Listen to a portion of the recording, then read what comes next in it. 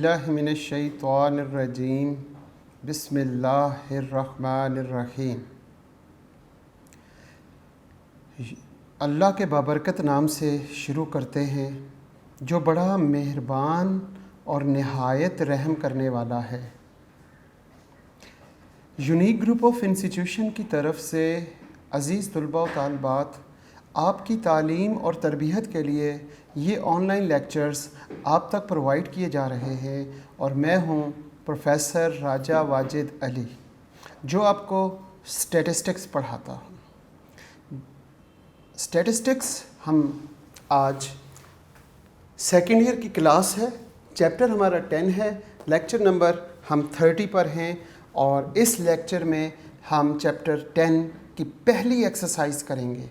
जब हमने चैप्टर 10 शुरू किया तो चैप्टर 10 की डेफिनेशन यानी नॉर्मल डिस्ट्रीब्यूशन किसे कहते हैं, उसके फंक्शन को डिस्कस किया, फिर उसके बाद उसके important points plus shape of the distribution को डिस्कस किया, साथ हमने उसकी प्रॉपर्टीज़ सारी पढ़ ली, फिर हमने स्टैंडर्डाइज्ड वेरिएबल को भी देख लिया और इसके बाद हम डायरेक्ट एक्सरसाइज 10.2 पर चले गए थे क्योंकि हमारा इस चैप्टर का जो मेजर टॉपिक था वो 10.2 एक्सरसाइज थी। 10.1 में हमने सिर्फ़ और सिर्फ छोटे छोटे शॉर्ट क्वेश्चंस हैं जिनमें हमें टेबल वैल्यू देखना सीखनी है कि किस सिचुएशन में कैसे कैसे हम ये टेबल वैल्यूज़ देखते हैं। आज हम इंशाल्लाह 10.1 करेंगे।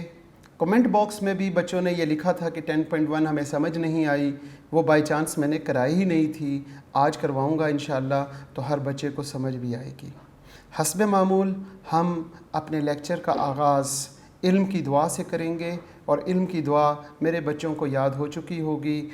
अल्लाहुम्मा, ए मेरे रब, उर्ज़ुक़नी, हम सबको अता कर, इल्मन, इल्म अता कर। कैसा हो? इल्मन नाफ़ियन, नफ़े वाला, वासियन, वसी, और हमीकन, व हमीकन, और गहराई वाला। देखिए जी, मैं लास्ट लेक्चर में आपसे बात कर रहा था शायद कि हमें हर चीज़ फिंगर टिप्स पे याद करनी चाहिए कि फिंगर्स और ये उनके टिप्स हैं।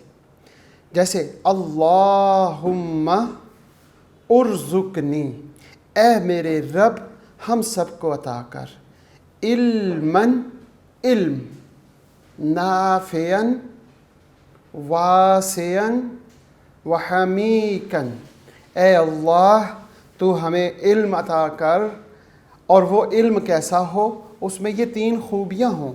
वो नफ़े वाला इल्म हो।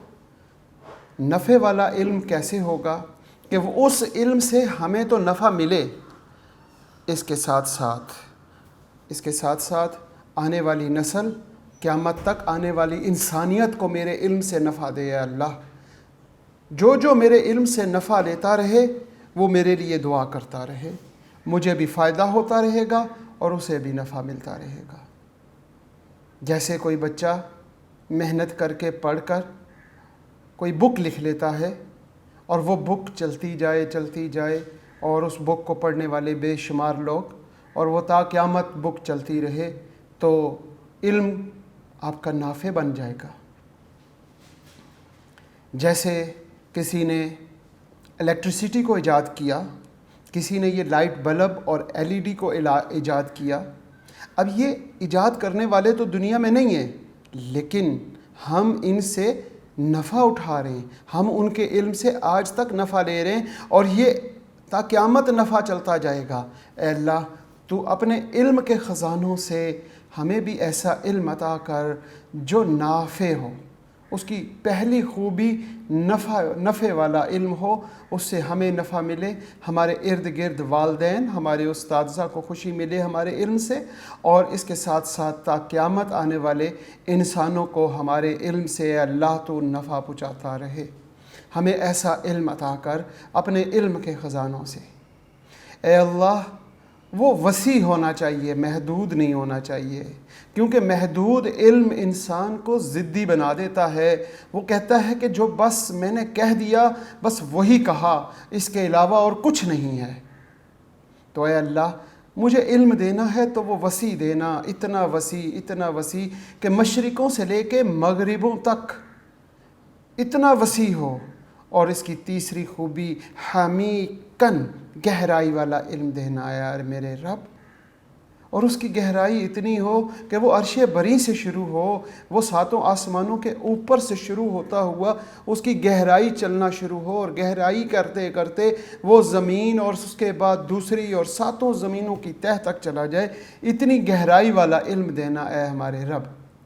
जब आप बिस्मिल्लाह पढ़ के अपने रब से ये दुआ मांगेंगे, सुबह शाम मांगे, जब आप पढ़ने लगे अपने रब से मांगे, आपका रब इल्म के दरवाज़े खोल देगा आपके लिए इंशाअल्लाह। मेरे उस्ताद मलक डॉक्टर ग़ुलाम मुर्तज़ा साहब, अल्लाह ताला उन्हें करवट करवट जन्नत नसीब फरमाए, एक मरतबा मुझसे पूछते हैं कि बेटा आप क्या कर रहे हो। मैं उनसे कुरान का इल्म सीखने जाया करता था, तफसीर सीखने जाया करता था।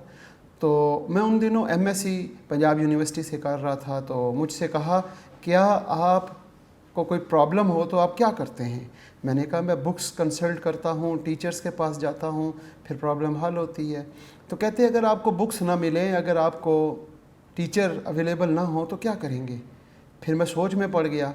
तो मुझे कहते बेटा आप डायरेक्ट अल्लाह से इल्म मांग लेना। जब आप अल्लाह से डायरेक्ट हो जाओगे तो अल्लाह पाक का हाथ आपके हाथ के ऊपर होगा और आपका हाथ चलेगा और काम पूरा हो जाएगा। यकीन की बात है, अगर आपको यकीन इस बात पर हो जाए तो ये ऐसा हो भी जाएगा। बहुत शुक्रिया। आज हम एक्सरसाइज 10.1 करने जा रहे हैं और हमारी एक्सरसाइज जो 10.1 है वो टेक्स्ट बुक की पेज नंबर 9 पर मौजूद है। पेज नंबर 9 अगर आप अपनी बुक्स में देखें तो क्वेश्चन नंबर 1 में लिखा हुआ है define the normal probability density function. Normal probability density function को डिफ़ाइन करें, मतलब इसकी डेफिनेशन मैंने बच्चों को बताई थी, आप दोबारा सुन लें। The limiting form of the binomial distribution, limiting form of the binomial distribution when n approaches to infinity and probability of success is very very very close to 0. So the binomial distribution is converted into normal distribution. तो फिर क्या होगा कि binomial distribution convert हो जाएगी normal distribution में। कब? जब number of observation n is very large, it is approaches to infinity and probability of success is very close to 0. So the binomial distribution convert into the normal distribution. Simple सी definition है, बच्चों को याद हो जानी चाहिए। इसके बाद उसने कहा density function and normal cumulative distribution function, ये भी हमने डिस्कस कर लिया। Give the equation of the normal curve, हमने नॉर्मल कर्व की इक्वेशन हमने बतानी है। तो नॉर्मल कर्व की इक्वेशन क्या है? F of x is equal to 1/2 pi under root. इसके बाद ये सिग्मा अंडर रूट से बाहर है। इसके बाद यहाँ पे ई लिखना है, ई की पावर में लिखना है 1/2। आगे क्या लिखेंगे? x minus mu over sigma और होल स्क्वायर। सबसे पहले आपने क्वेश्चन में उसने ये कहा define the normal probability density function, के नॉर्मल प्रोबेबिलिटी डेंसिटी फंक्शन को डिफाइन करें। ये आपका पेज नंबर 1 है और पेज नंबर 1 पे नॉर्मल डिस्ट्रीब्यूशन की डेफिनेशन लिखी हुई है, 1 2 3 पॉइंट्स। या फिर जो मैंने आपको कहा limiting form of the binomial distribution is convert into when n approaches to infinity and probability of success is very close to 0, so the binomial distribution is convert into normal distribution, या ये definition, या यहाँ page number 1 पे आपके पास 3 points लिखे हुए, ये आप कर सकते हैं। इसके नीचे उसने प्रोबेबिलिटी डेंसिटी फंक्शन लिखा हुआ है जो मैंने यहाँ बोर्ड पे लिख दिया। अच्छा, इसके बाद इसकी लिमिट बतानी होती है कि इसमें जो वेरिएबल यूज़ हो रहा है, इसमें हमारे पास वेरिएबल यूज़ हो रहा है कहाँ पे, ये x, इसकी लिमिट बताएं। तो x की लिमिट क्या है, वो -∞ टू +∞ है। फिर इसके बाद उसने ये पूछा इसके पैरामीटर्स कितने हैं, इसके 2 पैरामीटर्स होते हैं। वो कौन कौन से 2 पैरामीटर्स होते हैं, एक म्यू और दूसरा सिग्मा। सिग्मा कह सकते हैं और सिग्मा स्केयर भी कह सकते हैं। अच्छा, इसको लिखने का तरीका क्या है, नॉर्मल डिस्ट्रीब्यूशन, यहाँ पे x वेरिएबल है, इज डिस्ट्रीब्यूटेड, ये साइन है डिस्ट्रीब्यूटेड का, x डिस्ट्रीब्यूटेड, ये नॉर्मल डिस्ट्रीब्यूशन है, और इसके 2 पैरामीटर्स होते हैं, वो यहाँ पे लिख दिए जाएंगे, n और sorry mu and sigma square. ये नोटेशंस है किसकी, नॉर्मल डिस्ट्रीब्यूशन की। आपने पिछले साल बाइनोमियल डिस्ट्रीब्यूशन की नोटेशन पढ़ी थी, x इज बाइनोमियल, b से हम डिनोट करते हैं, और इसके 2 पैरामीटर्स थे n और p। इसी तरह x variable distributed with hypergeometric distribution with 3 parameter, capital N, small n और p। ये लिखने का तरीका है डिस्ट्रीब्यूशन को कि x जो है उसमें वेरिएबल होगा, n नॉर्मल है, ये distributed with 2 parameters. Normal distribution के 2 पैरामीटर्स होते हैं, बाइनोमियल के भी 2 थे, n और p, फर्स्ट ईयर में पढ़ के आए हुए हैं। सेकंड, हाइपरज्योमेट्रिक डिस्ट्रीब्यूशन के x variable distributed with hypergeometric distribution with 3 parameters, number 1 capital N, number 2 small n और p। ये फर्स्ट ईयर में पढ़ चुके हैं। ये दोनों डिस्क्रीट, ये दोनों डिस्क्रीट प्रोबेबिलिटी डेंसिटी फंक्शंस थे, और ये कंटिन्यूस प्रोबेबिलिटी डेंसिटी फंक्शन है। फिर ये कहता है, सेकंड पार्ट में आ जाते हैं, कहता है define the standard normal probability density function. क्या कहता है, स्टैंडर्ड नॉर्मल। और आपको याद होगा 10 पॉइंट हमने 2 की है, तो 10.2 में हम हमेशा x वेरिएबल को में से माइनस करते थे म्यू को, और सिग्मा पे डिवाइड कर देते थे, और इसकी जगह पे हम z लिखते थे। इसमें ये जो z वेरिएबल है ना, ये स्टैंडर्डाइज्ड वेरिएबल था। मैं बार बार कहा करता था कि प्रोबेबिलिटी में जब x आ जाता है तो फिर हम क्या करेंगे, इसको स्टैंडर्डाइज्ड बनाएंगे, कहा करता था ना 10.2 में। फिर हम स्टैंडर्डाइज्ड कैसे बनाते थे, जो x वेरिएबल था उसमें से मीन माइनस कर देते थे और सिग्मा पे डिवाइड करते थे, और जहाँ पे x minus mu over sigma होता था वहाँ पे हम क्या लिखते थे, z, और वो स्टैंडर्डाइज्ड वेरिएबल। अगर आप लोग किताब को ओपन करें, पेज नंबर 4, सफ़ा नंबर 4 टेक्स्ट बुक में, तो आपको 10.2 हेडिंग मिलेगी, स्टैंडर्डाइज्ड नॉर्मल रैंडम वेरिएबल। यहाँ पे लिखा हुआ है a normal random variable x। हमारे पास एक x है, नॉर्मल रैंडम वेरिएबल है, उसके आगे क्या लिखा हुआ है, with a normal random variable x with mean mu and standard deviation sigma. उसका मीन म्यू है और स्टैंडर्ड डेविएशन सिग्मा है, वेरिएंस सिग्मा स्क्वायर हो जाएगा। कैन ईजीली, बहुत आसानी से, बी ट्रांसफॉर्म्ड, इसको बहुत आसानी से हम ट्रांसफ़र कर सकते हैं into the standardized normal random variable z। यानी x वेरिएबल को हम z में बहुत आसानी से चेंज कर सकते हैं। आगे क्या लिखा हुआ है, by the transformation z is equal to x minus mu. z जो हमारे पास x है उसमें से मीन को माइनस कर देंगे और सिग्मा पे डिवाइड कर दें, तो ये z बन जाएगा। और उसने कहा साथ ही विद मीन है 0। अब z का मीन कितना होगा, वो 0 होगा। यहाँ पे x is a normally distributed, not x। यहाँ पे क्या लिखेंगे, z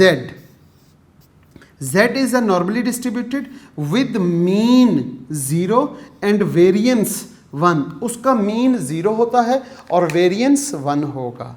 ये है जी स्टैंडर्ड नॉर्मल रैंडम वेरिएबल। दोबारा आप लोगों को करा रहा हूँ, ठीक होगी बात। इसके नीचे लिखा हुआ है स्टैंडर्ड नॉर्मल डिस्ट्रीब्यूशन। अब इसकी डिस्ट्रीब्यूशन कैसे बनेगी, उसमें उसने वही सारी बातें कही। अ रैंडम वेरिएबल x, हमारे पास x एक रैंडम वेरिएबल है, has a normal distribution x जो रैंडम वेरिएबल है वो नॉर्मल डिस्ट्रीब्यूशन का वेरिएबल है with mean mu and variance sigma square, ये दोनों बातें कह दी, यानी कि ये फंक्शन बन जाएगा आपके पास। इसके बाद वो कहता है कि देन रैंडम वेरिएबल z, आपने इस वेरिएबल को स्टैंडर्डाइज्ड में चेंज किया और z वेरिएबल बना लिया। और z किस तरह बना, x minus mu over sigma, book में लिखा हुआ है इसी लाइन में, has the standard normal variable with mean 0 and variance 1। और नीचे ये भी लिखा हुआ है x is a normally distributed with two parameters mu and sigma square and z is equal to x minus mu over sigma, then z is a normally distributed, ये देखिए आपको मिल गया लिखा हुआ, z is the normal distribution with mean 0 and variance 1। अब इसका density function कैसे बनेगा, इसके डेंसिटी फंक्शन के लिए यहाँ पे x minus mu over sigma लिखा हुआ है, इसकी जगह पर हम क्या लिखेंगे, इसकी जगह पर हम लिख देते हैं z, क्योंकि हमारे पास z किसके बराबर है, x minus mu over sigma. तो यहाँ पे हमने z लिख दिया और यहाँ पे सिग्मा की जगह पर हम 1 लिख दें, या 1 इससे मल्टीप्लाई हो जाता है तो बस यही रहने देते हैं। तो अब ये जो हमारे पास वेरिएबल z के साथ आएगा, इसमें x नहीं है, ये हमारे पास वेरिएबल z के साथ standardized normal probability density function बन गया। और इसमें हमारे पास क्योंकि वेरिएबल x नहीं है, इसमें हमारे पास z है, तो हम यहाँ पे लिखेंगे z की लिमिट भी minus infinity two plus infinity है। आपने देखा होगा नॉर्मल डिस्ट्रीब्यूशन, ये हमारे पास नॉर्मल डिस्ट्रीब्यूशन है, यहाँ पे हमारे पास x एक्सिस थी, x एक्सिस की limit minus infinity two plus infinity, यहाँ पे हमारे पास कौन सी एक्सिस थी, z एक्सिस, z एक्सिस की limit minus infinity two plus infinity और इसका मीन 0। ऐसा हम बहुत दफ़ा कर चुके हैं और बच्चों को मालूम भी होगा। इसके साथ साथ पेज नंबर 5 पे दो तो प्रॉपर थ्योरम्स हैं, थ्योरम 10.3 और 10.4। अब तक मेरे बच्चों को ये दोनों थ्योरम्स याद हो चुके होंगे, क्योंकि हमने 10.2 के हर सवाल में ये थ्योरम लगाया है। कोई भी ऐसा सवाल नहीं है सिवाय 10.2 का क्वेश्चन नंबर 1 का ए पार्ट, उसको छोड़ के बाकी सारे सवालों में हमने ये थ्योरम्स अप्लाई किए हैं। इन दो थ्योरम्स के अलावा आप बच्चों को क्या याद होना चाहिए, नंबर 1, एक तो आपको ये याद होना चाहिए कि फाई ऑफ माइनस इन्फिनिटी इसकी वैल्यू क्या है, और दूसरा फाई ऑफ प्लस इन्फिनिटी की क्या वैल्यू है। ये दो बहुत अहम पॉइंट्स हैं जो आप लोगों को याद होने चाहिए। नंबर 1, अगर माइनस इन्फिनिटी होगा तो उसका जवाब 0 होगा, और अगर प्लस इन्फिनिटी है तो उसका आंसर 1 होगा। ये दोनों आपने याद रखने हैं, ये दोनों प्रॉपर्टीज़ या ये दोनों अहम पॉइंट्स हैं, MCQs में भी पूछे जाते हैं और जहाँ ज़रूरत पड़ती है वहाँ पे अप्लाई भी करते हैं। इन दो पॉइंट्स के बाद हमारे पास 10.3 थ्योरम है। 10.3 हमारे पास 10.3 थ्योरम में 3 पॉइंट्स हैं जो हमने बहुत अच्छे तरीके से 10.2 के लिए एक्सरसाइज 10.2 जब कर रहे थे तो हमें याद किए थे। Number 1, probability z is less than a। Number 2, probability less than या equal to z is greater than equal to a, और फिर probability z is less than equal to a less than equal to b, और अगर equal to ना भी हो तब भी यहाँ पे यही कंडीशंस यूज़ होंगी। दोनों सूरतों में इक्वल टू हो या इक्वल टू ना हो, दोनों सूरतों में हमने यही कंडीशंस यूज़ करनी है। अच्छा, जब लेस देन होता है या लेस देन इक्वल टू तो हमारे थ्योरम में क्या कहते हैं, फाई ऑफ a। जब हमारे पास greater than equal to a था तो हम उसे लिखते थे 1 माइनस फाई ऑफ a, याद है ना। और जब हमारे पास ये देखा यहाँ पे हमने गलती से z पहले लिख दिया, z दरमियान में था और a शुरू में और b बाद में, इस तरह। तो इसको हम कैसे करते थे, जो बिटवीन में था इसको हम लिखते थे फाई ऑफ b, यानी कि जो बाद में वैल्यू है उसको पहले लिखते थे और फिर फाई ऑफ a। ठीक होगी बात। ये 3 पॉइंट्स हमने थ्योरम 1 में याद किए और एक्सरसाइज 10.2 में हमने सॉल्व किए। और इसके साथ 10.4 थ्योरम, उसमें हमारे पास 4 पॉइंट्स हैं। Number 1, 10.4 theorem. नंबर 1 इसका क्या है? Phi of minus a, phi of minus a वो किसके इक्वल होता है? It's must be equal to 1 minus phi of a. ये बराबर होगा 1 माइनस फाई ऑफ ए। अब ये देखें कि 1 माइनस फाई ऑफ ए तो यहाँ पे इसके बराबर है, लिहाजा हम यहाँ पे एक और बात ये भी लिख सकते हैं, probability of z is greater than equal to a। वो किसके बराबर है? जब greater than equal to a की बात करते हैं तो हम कहते हैं जब ग्रेटर देन होता है तो 1 माइनस फाई ऑफ a है। यहाँ पे हमने कहा 1 माइनस फाई ऑफ a तो बराबर है फाई ऑफ माइनस a। लिहाजा इस इक्वेशन को और इस इक्वेशन को देखते हुए ये जो है ये 1 माइनस फाई ऑफ a के इक्वल भी है और ये equals to phi of minus a के इक्वल भी है। क्लियर? ये पॉइंट यहाँ से हमें पता चला कि फाई ऑफ माइनस a जो है वो 1 माइनस फाई ऑफ a के इक्वल है, लिहाजा 1 माइनस फाई ऑफ a इसके इक्वल है तो ये भी फिर minus phi of minus a के इक्वल होगा। ये जो इसके दो पॉइंट्स थे वो तो इसी से रिलेटेड थे जो पहले थ्योरम हमने पढ़ा।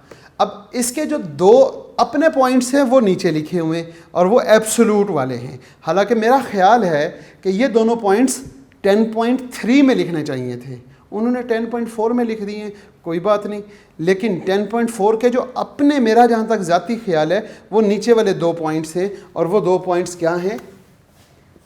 Probability z absolute less than equal to a और probability z absolute greater than equal to a। ये ब्रैकेट नहीं है, इक्वल्स टू। अब जब एब्सोल्यूट की बात होगी तो एब्सोल्यूट में क्या होगा?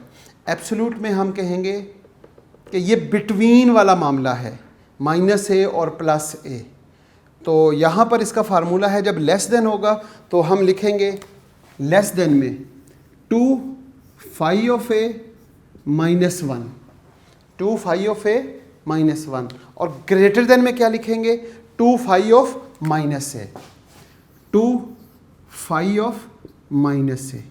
अब आप लोगों ने ये 4 पॉइंट्स याद करने हैं अगर आप चाहते हैं कि एक्सरसाइज 10.1 हमें बहुत अच्छे तरीके से समझ आ जाए और 10.2 जो हम कर चुके हैं कंप्लीट उसमें भी हमें कोई प्रॉब्लम ना हो। तो ये 4 पॉइंट्स और ये 3 पॉइंट्स, ये 2 थ्योरम्स याद कर लें। ज़्यादातर ये 2 थ्योरम्स चलते हैं, बहुत कम क्वेश्चंस हैं जिनमें ये एब्सोल्यूट वाले काम आया, लेकिन 10.1 में आएगा। क्लियर? और साथ ये 2 पॉइंट्स MCQs के लिए।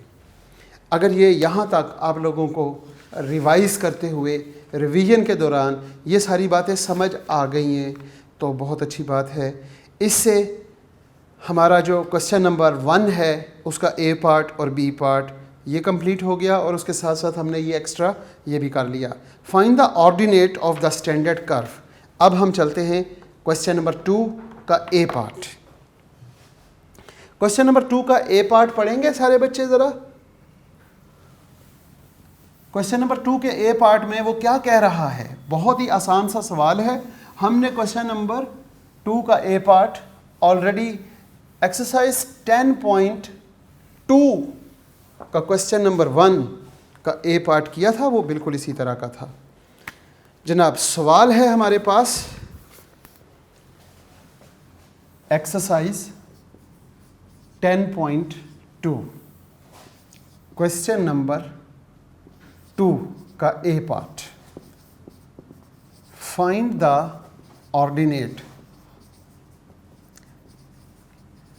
Ordinate of the standard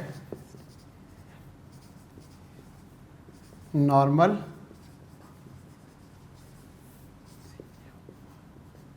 curve at number 1। इसका फर्स्ट पार्ट, मैं 4 पार्ट है, चारों करवा दूंगा आपको, लेकिन फर्स्ट पार्ट लिखूंगा। फर्स्ट पार्ट है z इज इक्वल टू 0.64। अब z is equal to 0.64 standard normal curve का आपने मालूम करना है ऑर्डिनेट। ऑर्डिनेट मालूम करने के लिए आपके पास पहली बात है कि स्टैंडर्ड नॉर्मल डेंसिटी फंक्शन होना चाहिए। क्या होना चाहिए? Solution, standard normal probability density function होना चाहिए। वो मैंने अभी थोड़ी देर पहले लिखवाया, स्टैंडर्ड नॉर्मल वेरिएबल, और उसके बाद मैंने बताया standard normal probability density function. उसका फार्मूला क्या था? यहाँ पे एफ ऑफ जेड लिख लेते हैं, साथ लिखेंगे 1/2 पाई अंडर रूट, आगे हमने 1 लिखना है, और e की power minus z square over 2, और z की लिमिट है -इन्फिनिटी टू +इन्फिनिटी, ये इसकी लिमिट है। ये हमारे पास standard normal probability density function है, और इसकी लिमिट z की -इन्फिनिटी टू +इन्फिनिटी है। इसमें हमारे पास जो z है is a normally distributed with mean 0 and variance 1 है। अब हमारे पास ये जो standard normal probability density function है, इसमें आपने वैल्यू पुट कर देनी है। Put the value of z, आपने क्या लिखना है? Put the value of z is equal to 0.64 in above equation. आप अपनी इक्वेशन में वैल्यू पुट कर दें, सिंपल। यहाँ पे f भी लिख सकते हैं और फाई भी लिख सकते हैं, एक ही बात है। फाई ऑफ z की value 0.64 is equal to 1/2 pi e की पावर माइनस, ये डिवाइडिंग बाय 2, यहाँ पे क्या लिखूँगा? 0.64 का स्क्वायर, और इसे सॉल्व कर ले। ये सॉल्व करने के लिए आपको कैलकुलेटर की ज़रूरत पड़ेगी। सबसे पहले आप 2 पाई, 2 को पाई से मल्टीप्लाई करें, उसका अंडर रूट ले लें, साथ ही आप इसका स्क्वायर ले लें और डिवाइडिंग बाय 2 भी कर लें। यहाँ पे हम 1/2 पाई को जब आप मल्टीप्लाई करके अंडर रूट लेते हैं तो क्या जवाब आता है?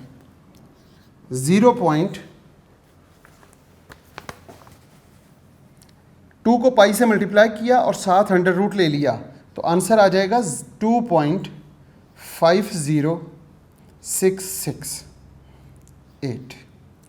यहाँ पर क्या करेंगे? e की पावर में -/2, 0.64 का स्क्वायर लें। 0.64 का जब आपने स्क्वायर लिया तो 0.4096 आ गया।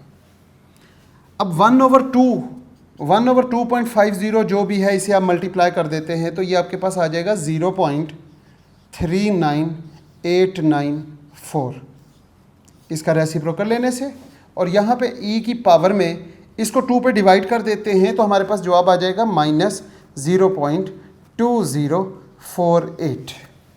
अब आप कैलकुलेटर पे क्या करेंगे? कैलकुलेटर पे एक लिखा होता है बटन लॉग, LOG, थोड़ा सा मैं आपको वाज़े कर दूं, LOG। इसके साथ ही एक बटन होता है जिस पे लिखा होता है L और N। LN मतलब नेचुरल लॉग।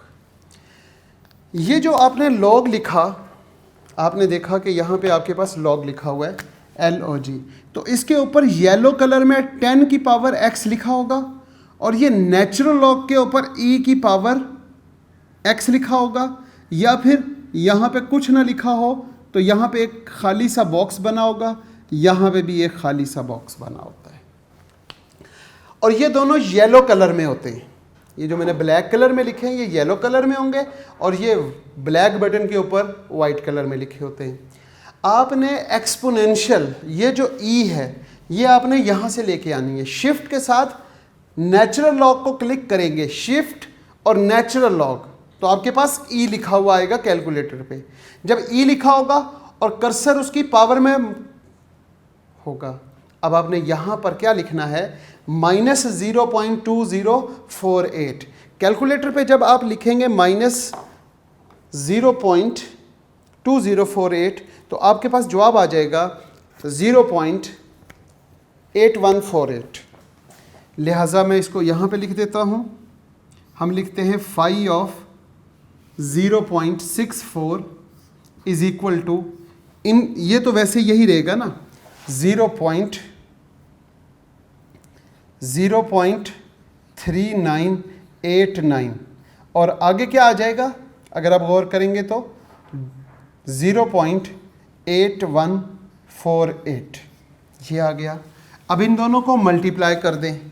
इन दोनों को जब मल्टीप्लाई करते हैं तो 0.3251 और ये हमारे पास फाई ऑफ 0.64 आ गया, आपका आंसर। अगर आपको ये पहला पार्ट समझ आ गया है तो मेरा नहीं ख्याल कि बाकी 4 पार्ट्स यानी कि बाकी जो 3 पार्ट रह गए वो मुझे कराने की ज़रूरत है, लेकिन मैं स्पीड से आपको कैलकुलेशन चेक करवा देता हूँ कि आपकी कैलकुलेशन क्या, आंसर क्या आना चाहिए। वैसे आंसर तो लिखा भी हुआ है। हम देखते हैं इसका सेकंड पार्ट। सेकंड पार्ट में उसने क्या पूछा हुआ है, 2.84 पर बताएं जी। यहाँ पे हम बात करते हैं सेकंड पार्ट की और z की वैल्यू उसने पूछी 2.84। z की वैल्यू उसने क्या पूछ ली, 2.84। तो क्या करेंगे, सबसे पहले सॉल्यूशन में लिखेंगे standard normal probability density function, वो यही रहेगी, उसकी लिमिट भी यही रहेगी, उसके पैरामीटर्स भी यही रहेंगे। यहाँ लिखेंगे put the value of z is equal to, अब 0.64 नहीं लिखेंगे बल्कि हम लिखेंगे 2.84। अब यहाँ पर क्या होगा, यहाँ पे हम लिखेंगे 2.84, 1/2 पाई अंडर रूट वैसे ही लिखेंगे और यहाँ पर जो हमने 0.64 लिखा है बस ये चेंज होगा और वो लिखेंगे 2.84। 2.84 का जब आप स्क्वायर लेकर 2 पे डिवाइड करेंगे, आपने इसका स्क्वायर लिया तो आपके पास क्या जवाब आया, सिर्फ स्क्वायर लेंगे, बाकी हमारे पास कैलकुलेशन वही रहेंगी। हमने इसका स्क्वायर लिया 2 पॉइंट कुछ है तो ये हमारे पास स्क्वायर के बाद हमारे पास आ जाएगा 8.0656। इसको हमने 2 पे डिवाइड करना है तो वो माइनस में ही रहेगा और माइनस में क्या जवाब आएगा 4.0328। यहाँ पे 1/2 पाई अंडर रूट है, 2 पाई को मल्टीप्लाई करें और अंडर रूट ले लें तो वो यही रहेगा 2.50668 और 1 ओवर जब समथिंग करेंगे तो वो भी यही रहेगा। अब ये वाला पोर्शन तो वही रहेगा, सिर्फ एक्सपोनेंशियल में वैल्यू चेंज हो जाएगी। हम फिर दोबारा से कैलकुलेटर पर नेचुरल लॉग लेंगे शिफ्ट के साथ तो ई लिखा हुआ आ जाएगा। ई की जो यहाँ पावर है, पावर में हम लिखेंगे -4.0328। तो आपके पास यहाँ पर क्या जवाब आएगा जब इसकी पावर लेंगे तो 0.01772। अब इसको मल्टीप्लाई कर देंगे इसके साथ तो आपके पास फाइनल आंसर क्या आएगा 0.0071। जल्दी से बच्चे साथ साथ नोट करें, उम्मीद करता हूँ कि आपको समझ आ रही होगी। पहले 2 पार्ट जो उसने पूछे वो दोनों पार्ट पॉजिटिव थे। पहले पार्ट में पूछा हुआ था 0.64 और दूसरे पार्ट में पूछा हुआ 2.84 जो हमने कंप्लीट कर लिया। तीसरा और चौथा पार्ट दोनों में माइनस है। भला माइनस कैसे है, अगर आप गौर से देखें तो -2.08 लास्ट पार्ट है और थर्ड पार्ट पे लिखा हुआ है -0.84। तो आपने सिंपल क्या करना है कि यहाँ पर z की वैल्यू चेंज करनी है। अब आपका तीसरा पार्ट आ गया और यहाँ पर हम तीसरा पार्ट लिखते हैं, वो क्या है, z इज इक्वल टू -0.84। अब क्या करेंगे, हमने क्या मालूम करना है, ऑर्डिनेट मालूम करना है किसका, स्टैंडर्ड नॉर्मल कर्व का। तो सबसे पहले हमें standard normal probability density function लिखना है। तो standard normal probability density function क्या होता है, phi of z is equal to 1/2 pi under root e की power minus z square by 2 with limit this. अब यहाँ इस फंक्शन में z की वैल्यू पुट कर दें। Put the value of z is equal to, यहाँ लिखेंगे minus 0.84 in the above equation. यहाँ पर क्या आएगा, यहाँ पे z है ना, ये देखें z सिर्फ यहाँ पर है, तो z की वैल्यू लिखी माइनस 0.84। माइनस 0.84 का जब आप स्क्वायर लेते हैं तो वो तो हो जाएगा प्लस। जब वो प्लस हो जाएगा तो बाहर माइनस है, वो बाहर वाला माइनस वैसे ही लिख देंगे। माइनस 0.84 का जब आपने स्क्वायर लिया तो वो आपके पास आ जाएगा 0.7056, और इसको 2 पे डिवाइड करेंगे और जो माइनस है वो वैसे का वैसे ही रहेगा। 2 पे डिवाइड करने से क्या जवाब आया, 0.3528। यहाँ तक तो सारा सिंपल वैसे ही रहा। अब आपने क्या करना है, दोबारा शिफ्ट नेचुरल लॉग लेंगे। शिफ्ट के साथ नेचुरल लॉग का बटन क्लिक करें। आपके पास माउस कैलकुलेटर की जो स्क्रीन है उसके ऊपर लिखा होगा ई, उसके ऊपर क्या लिखा होगा ई, और कर्सर आपका यहाँ पे ब्लिंक कर रहा होगा इधर पावर में। अब पावर में क्या लिखेंगे, माइनस 0.3528। वो लिखने से आपके पास यहाँ पे एक वैल्यू आएगी, इज इक्वल टू करेंगे तो वैल्यू आएगी, वैसे नहीं आ जाएगी 0.7027। अब इसको इसके साथ मल्टीप्लाई कर दें। जब आप इसको मल्टीप्लाई करते हैं तो जवाब आ जाएगा 0.2803। ये आपका आंसर है। आपने देखा, जिस बच्चे ने मुझसे पूछा था या जिन बच्चों ने मुझसे ये बात कही थी कि 10.1 की प्रॉब्लम है, तो 10.1 में कुछ भी नहीं करना, फार्मूला हमें याद है, z की वैल्यू पुट करें, कैलकुलेशन करें और जवाब आ जाएगा। अब लास्ट पार्ट क्या है, माइनस 2.08।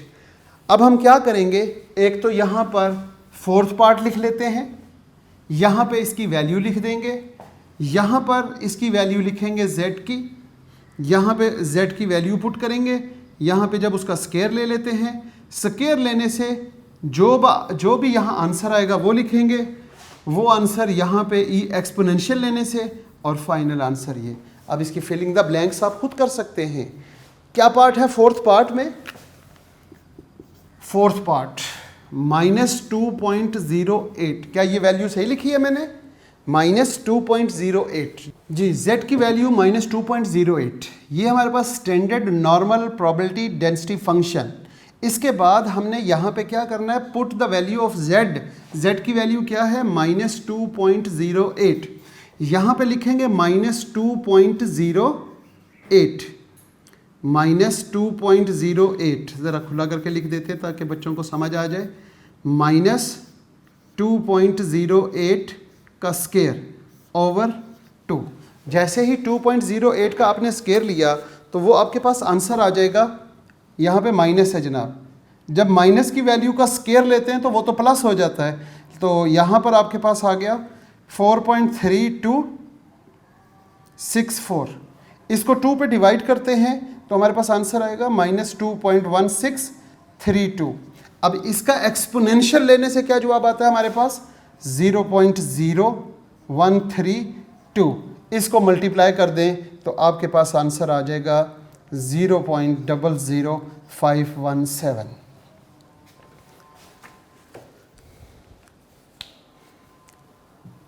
आज का लेक्चर हम यहाँ पे इख्तिताम करते हैं। इस लेक्चर में हमने नॉर्मल डिस्ट्रीब्यूशन की डेफिनेशन, फिर हमने standard normal probability density function, फिर हमने स्टैंडर्ड वेरिएबल कैसे बनता है वो भी सीख लिया, थ्योरम्स को सीखा दोबारा से ताकि बच्चों की रिवीजन हो जाए। साथ साथ हमने स्टैंडर्ड नॉर्मल कर्व के ऑर्डिनेट्स मालूम करना सीखे। इसका जो बी पार्ट है उसमें z की वैल्यू 1.27 और z की वैल्यू माइनस 1.27 पुट करने से आंसर दोनों का सेम आएगा। ये चीज़ वेरीफाई करेंगे हम इंशाल्लाह नेक्स्ट लेक्चर में।